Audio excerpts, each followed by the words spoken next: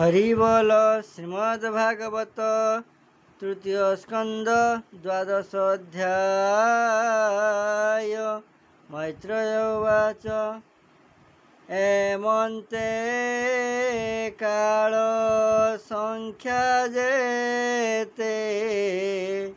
वर्णिली तोर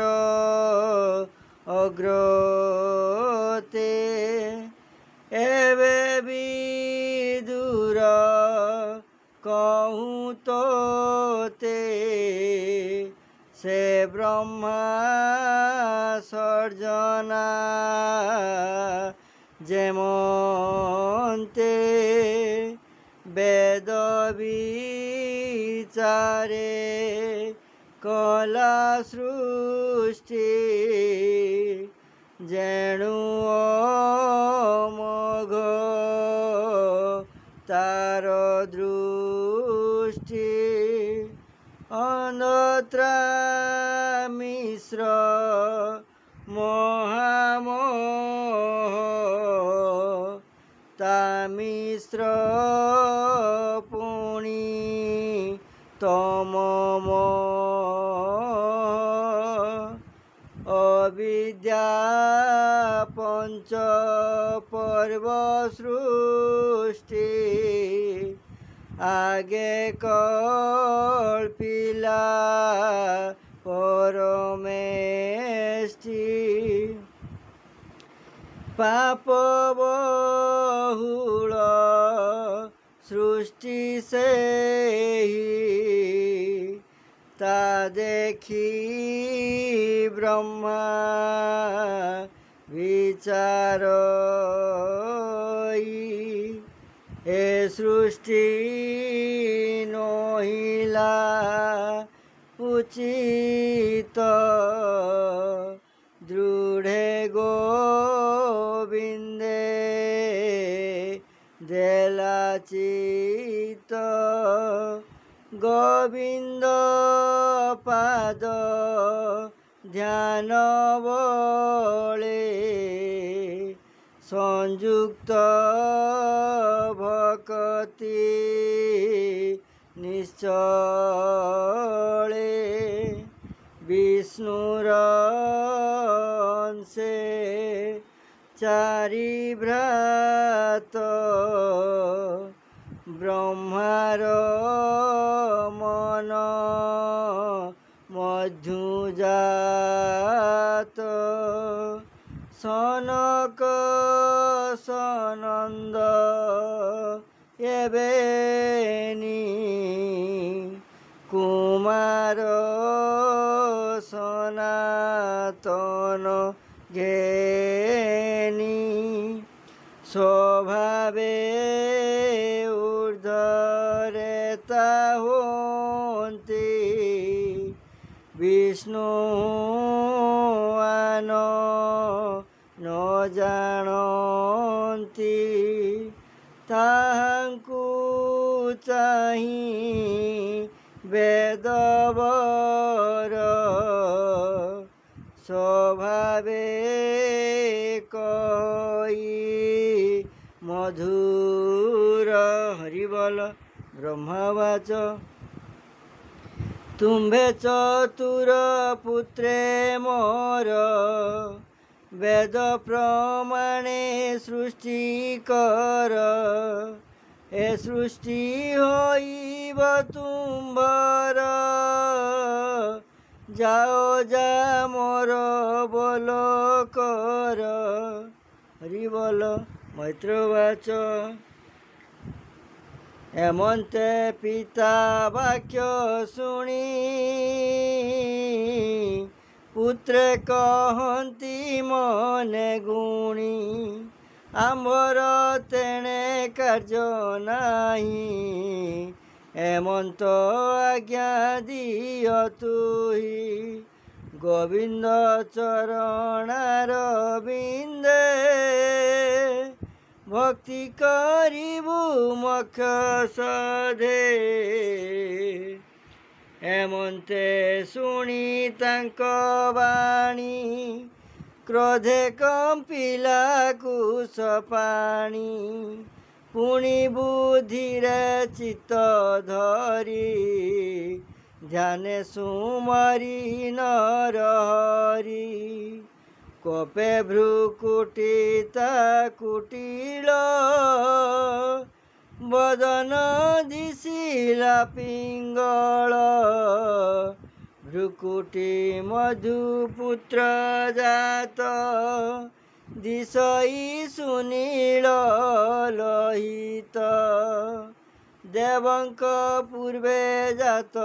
सेहि कांदई ब्रह्मा मुख चाहि बोलई सुण वेद बर मोर नाम आगे कर निर्भय स्थाने स्थाप मते जेमते रहिबी निश्चिन्ते शुणी सानंद प्रजापति चिंतिला जेबा नाम स्थिति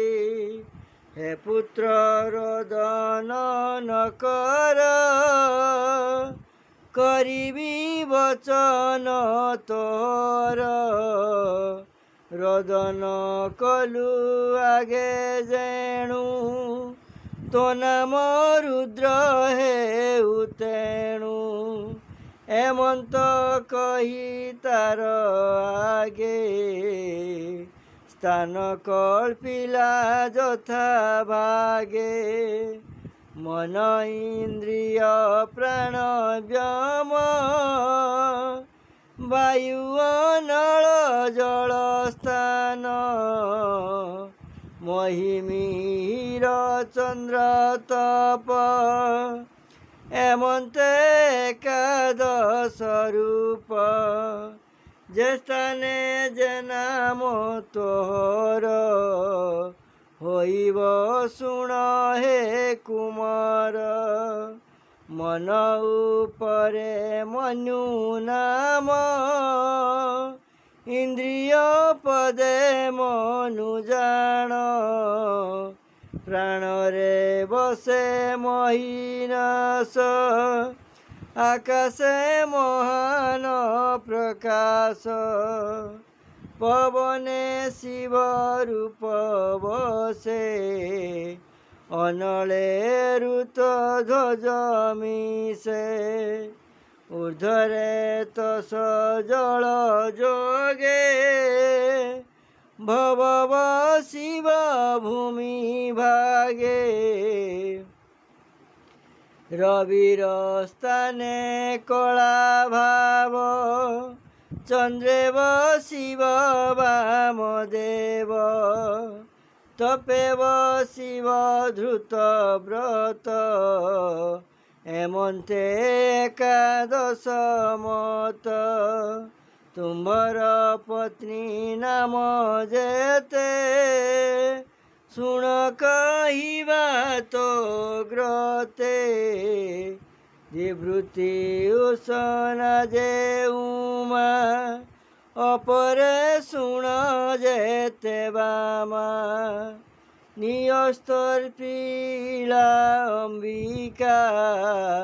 इरावती जे सुधा दीक्षा ए कन्या रुद्राणी बोलांती एहांक तुम्भे हुअपति ए जते नाम आदि स्थान स्थिरी सहिते तुहि ज्ञान एहि प्रमाणे सृष्टि कर हुअतु प्रजापति वर एमंते गुरु आज्ञा पाई नील लोहित तो सोई सत्व आकृति आत्म सम निर्माण कला प्रजागण से ब्रह्मा रुद्र सृष्टि चाहि संशय मने विचारई ए सृष्टि महाभयंकर देखि कंपिला चित्त मोर बोलंती रुद्र मुख चाहि वपुत्र एणे कार्य नाही ए सृष्टि दश दिग तुले मोर मने ताप कले एबे तू तप साधकर सर्वजीवंक सुख घर तपर बळे जगते प्रजा तू कर पूर्व मते तोपे तू विष्णु को पाइबू जे भावे सर्वकाले थीबू। हरि बोल। मैत्रवाच हेमंत ब्रह्मा आज्ञा पाई नील लोहित तोष होई ब्रह्मार चरणे नमिला तप साधने बने गला रुद्रंकु तपे आज्ञा देई से ब्रह्मा मने विचारई एत असंख्य रुद्रगण नुहंती सृष्टिर कारण तांकु शिव लोके थोई पुणी संशये विचारई एबे की करिबी उपाय न पुण कोपे देवराय हेमंते विष्णु पाद चिंती ध्याने बसिला प्रजापति तार शरीरु दश सुत तत्क्षणे होइले संभूत लोकवर्धन हेतु अर्थे न मिले ब्रह्मा पाद गते मरीचि अत्रि अंगिरस पलस्त्य पुल प्रकाश क्रतु वशिष्ठ भृगु दक्ष दशमे नारद प्रत्यक्ष सुण विदुर कहूँ भले जे अंगु जे बाहु पूजिले नारद पूजिले कोळु दक्ष दक्षिणांगुष्ठ मूळु प्राणु वशिष्ठ मुनि जात भृगु जेत कोरु संभूत क्रतु पूजे भुज मूळु पुलह नाभीर मंडलु पौलस्त्य कर्ण मूळु जात अंगिरा बदनु संभूत अत्रि पूजे चक्षु जुगे मरीचि मनर संजोगे दक्षिणस्तनु धर्म जात जे धर्मधर ही जगत जे स्थाने स्वयं नारायण अछन्ति सदा विद्यमान अधर्म पृष्ठ देशु होई मृत्यु जहिरु संचरई कामता हृदयरु संभूत भूरु मंडलु क्रोध जात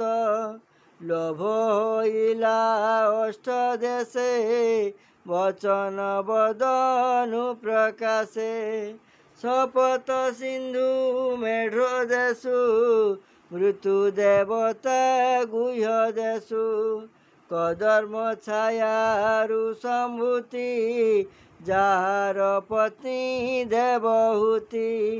हेमंते अशेष जगत ब्रह्मार मन देहु जात जे कन्या बचनु जन्मिला ब्रह्मार मन से मोहिला सकामे ब्रह्मा तार हस्त धइले रति रंग अर्थ अधर्म देखी ब्रह्मा चिते पुत्रे मिलिले ता अग्रते मरीचि आदि जेते भाई बोलंती पिता मुख चाही गोता तो स्थिर कर चित एत तुम्हार विपरीत जे कर्म पूर्वा परे नाही एबे से संभविब काहीं दुहितार में पिता एणु आंबर मने चिंता पूर्वे तेजस्वी जेते थिले सत्य से धर्म आचरिले से न करंती एड़े कर्म स्वभावे नुह ये धर्म जे धर्म लोक क्षम करे आनंदे आत्मा को उद्धारे एणु से विष्णु सामनर आमर तांकु नमस्कार तू देव आत्मा कुसुमर अधर्म मन स्थिर कर गोता तो धर्मे कर चित अधर्मे न बुढ़ु जगत तू एबे पाप आचरिले संसारे थिब केबा भले अन्य तो कर्म अनुसारे कुशली होइबे संसारे एमंते सिरे कर देई पादे न मिले सर्व भाई एमंत ब्रह्मा को जनाई पुणी बोलंती विष्णु चाही हे विष्णु जगत ईश्वर आमर तोते नमस्कार तू देव धर्म रक्षा करू अधर्मे न बुढ़ु पियर हेमंते पुत्र को अनाई ब्रह्मा रहिले लज्जा पाई तत्क्षणे छाड़ी तार हस्त विष्णु सुमरे चतुर्माथ अति लज्जित जेणु हेले लीला रे तनु त्याग कले से ब्रह्मा जेणु लज्जा कला ता तनु अष्ट दिगे गला से घोर अंधकार रेखा नाम बहिला कुझटिका अधर्मे अंधकार होई सूर्य सम्मुखे प्रकाशई पुणी चलई अष्ट दिशे संचरे संभवी आकाशे मेघर प्राय तार देही शुण विदुर एबे कही चिंता कूले प्रजापति सृष्टि विषये कलामती ध्यान करन्ते मने खेद मुखु जन्मिले चारि वेद शबद ब्रह्म परिमाणे धर्म अधर्म जे बखाणे मने विचारे पद्मजनी मुएबे वेद तत्व ज्ञानी करिबी विषय गोचर जेमन्ते पूर्वे संसार वेद विचारे नाना मते कर्म विस्तारी ए जगते ए चारिहोत्र कर्मतंत्र जे उपवेद न्याय शास्त्र ए भावे चारि पाद धर्म आश्रम वृत्ति यथाक्रम जे जुगे प्रसरिब जेते ब्रह्मा विचारे अंतर्गते मैत्रेय मुनि पादे पड़ी विदुर बोले कर जोड़ी हरिबल विद्रवाच भमुनि कहिबा प्रसन्ने सन्देह अछि मोर मने से विश्व सर्जना ईश्वर अशेष शक्ति श्रुतिधर जे मुखे जे वेद सर्जिले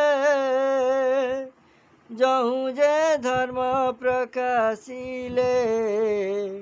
से कथा कह मुनि मते संशय न रहु मचिते विदुर वाक्य शुणी कर्णे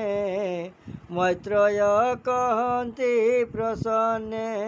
हरिबोल मैत्रोवाच शुण विधातार लीला जे मुखु जे वेद सर्जिला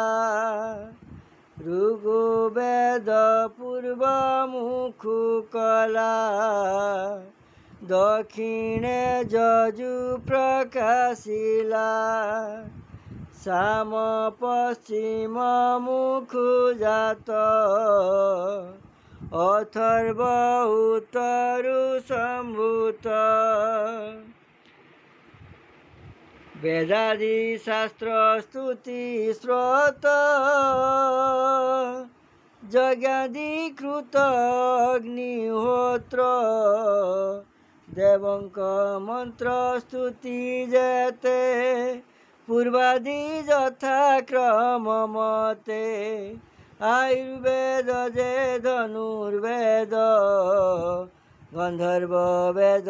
शिल्प वेद ए आदि उपवेद जेते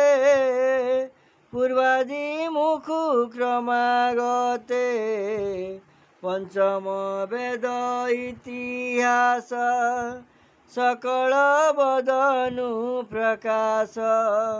षोडशी छंद पूर्व मुखे पुरीषि अग्नि स्फुत दस्खे आप्त उज्जम अतिरात्र गोसव वाजपेय जात धर्माचरण चारि वेदे धर्मचरण चारि वेदे ब्रह्मा कल्पिला ज्ञान भेदे जे विद्या दान तप सत्य ए धर्म चतुष्पद मत चतुराश्रम वृत्ति भावे जे धर्मे जे वाणी स्तरीवे सावित्री प्रजापत्य ब्रह्म बृहत आदि चारि कर्म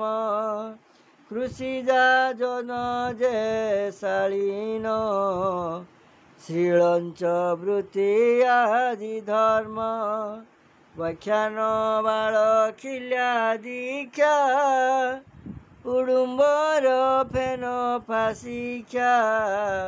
सन्यासे कुटी चक्र आदि आश्रम धर्म जेणे साधी अपरनुखिकी वार्ता दंड नीति जे होई व्याहुति सृष्टि एहि मते प्रणव जन्म हृदगते गायत्री आदि सप्त छंद मंत्र देवता अनुबंध कृष्ण का छंद लमु जात गायत्री चर्मुदभूत उष्मक छंद लमु जात गायत्री चर्मुदभूत मांसु पूजे त्रिष्टुप छंद स्नायुरु अनुष्टप छंद जगति अस्ति देशु होए मजारे पंक्ति छंद रहे बृहति छंद दश प्राण जीवताहार स्पर्श वर्ण स्वर ब्रह्मा शरीरु जात उष्माण इंद्रिय संभूत अंत्य वर्ण बड़े बसे जे बड़े शरीर प्रकाशे ब्रह्म विहार सप्त स्वर सुचिते सुण हे विदुर शब्द ब्रह्मता शरीर स्वभावे व्यक्त व्यक्त पर एणु संसार ब्रह्ममय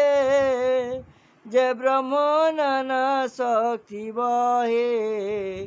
एमंते शब्द ब्रह्म करी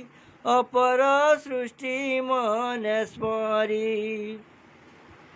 जे ऋषि सृष्टि पूर्वे कला तांको विस्तार न देखिला स्वभावे तेजवंत होती प्रजा सृजन न करती एमंत विचारी विधाता मने पाइला गुरु चिंता देख मोहर कर्म मंद मुझे सृजिली ऋषि वृंद कही नहिले सृष्टि जोगे सर्वे पशिले तप जोगे एथिरे दैव प्रतिकूल एणु मानस आकुल एमंते मने करी चिंता मौने बसिला विधाता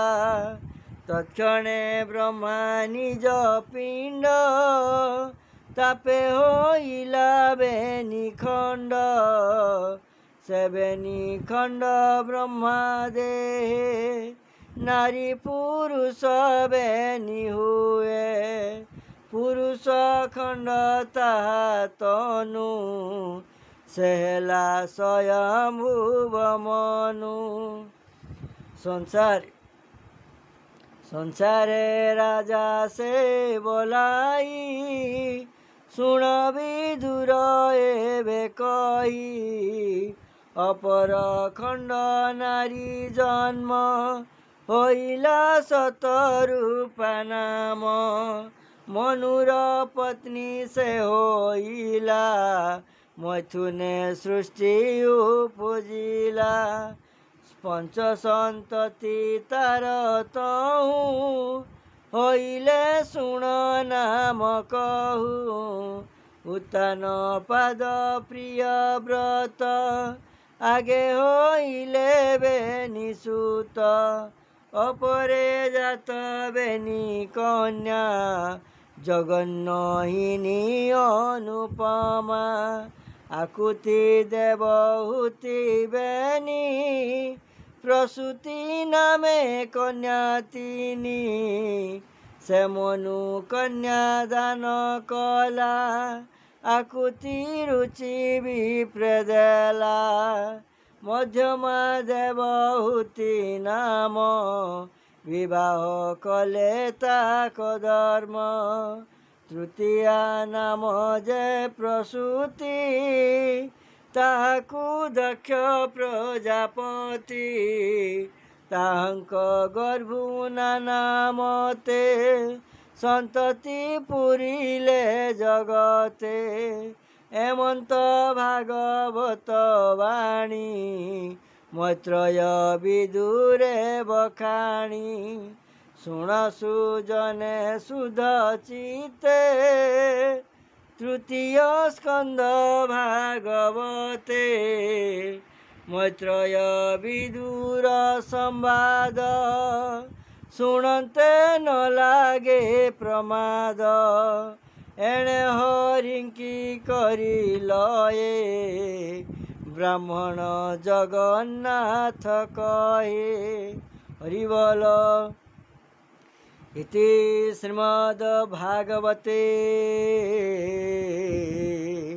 महापुराणे परमहंस्यां संहितायां तृतीय स्कंदे द्वादश अध्याय हरि बोल जय जगत कृपालु प्रभु परम दयालु नाथ नाथाय देव देवाय अज्ञानी मानंकु ज्ञान दियंतु जगतर प्राणी मंगल वृद्धि करंतु।